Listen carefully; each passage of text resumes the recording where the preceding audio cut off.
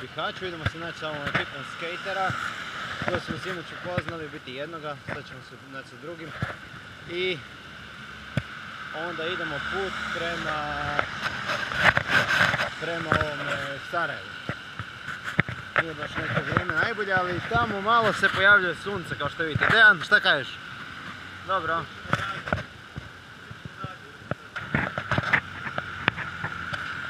Stajem, a? Cool. S one strane, evo, sunce nam se pojavljuje. Dame i gospodo, evo, idemo dalje. Izlazimo iz Bihaća. I idemo put prema Sarajevu.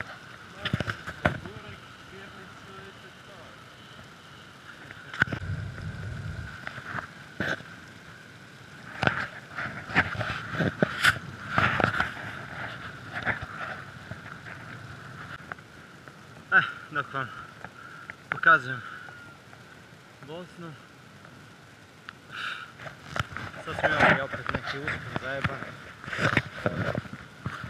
15-20 km cca. Mislim 15 sigurno.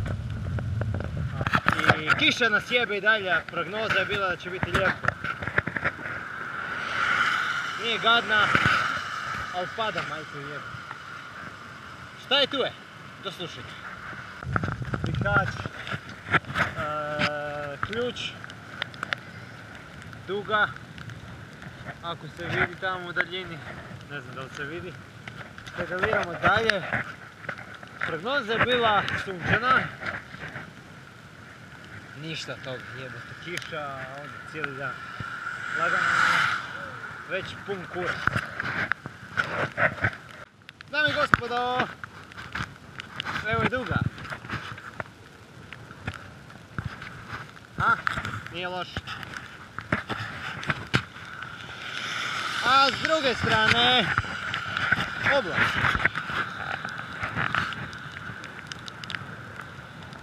Ideja.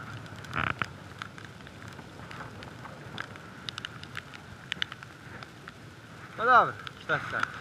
Lepo, malo se moći.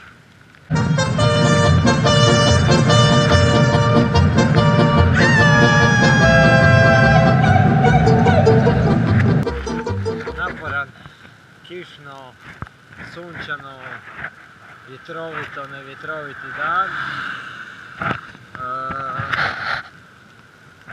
Uglavnom da smo stigli. Ovo zadnji dio je bio jeben, ovaj tamo.